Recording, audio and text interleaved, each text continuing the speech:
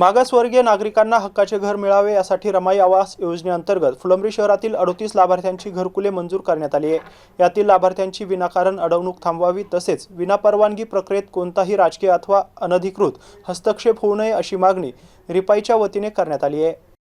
1 मे 2026 रोजी महाराष्ट्र दिनाचे औचित्य साधून लाभार्थ्यांना मंजुरी पत्रांचे वाटप करण्यात आले। मात्र मंजुरीनंतर तब्बल 110 दिवस उलटूनही घरकुलाचे बांधकाम सुरू करण्यासाठी आवश्यक बांधकाम परवानगी मिळाली नसल्यामुळे लाभार्थ्यांमध्ये नाराजी व्यक्त होतीये। या प्रकरणी रिपाई फुलंब्रीचे तालुका अध्यक्ष अजय गंगावणे यांनी नगरपंचायत मुख्याधिकाऱ्यांना निवेदन देत 38 लाभार्थ्यांना तात्काळ बांधकाम परवानगी देण्याची मागणी केली आहे। लाभार्थ्यांची विनाकारण अडवणूक, हेलपाटे आणि आवश्यक कागदपत्रांची मागणी थांबवावी तसेच परवानगी प्रक्रियेत कोणताही राजकीय अथवा अनधिकृत हस्तक्षेप होऊ नये अशी मागणी निवेदनात करण्यात आली आहे। तसेच प्रलंबित प्रकरणांचा तातडीने निपटारा न झाल्यास लाभार्थ्यांना सोबत घेऊन नगरपंचायत कार्यालयासमोर लोकशाही आणि संविधानिक मार्गाने आमरण उपोषण करण्यात येईल असा इशारा गंगावणे यांनी दिलाय। तसेच प्रकरण वरिष्ठ प्रशासकीय अधिकारी आणि समाज कल्याण विभागाकडे नेण्याचा इशारा देण्यात आलाय। मागणीचे निवेदन देताना तालुकाध्यक्ष अजय गंगावणे, वसीम पटेल यांच्यासह कार्यकर्ते मोठ्या संख्येने उपस्थित होते।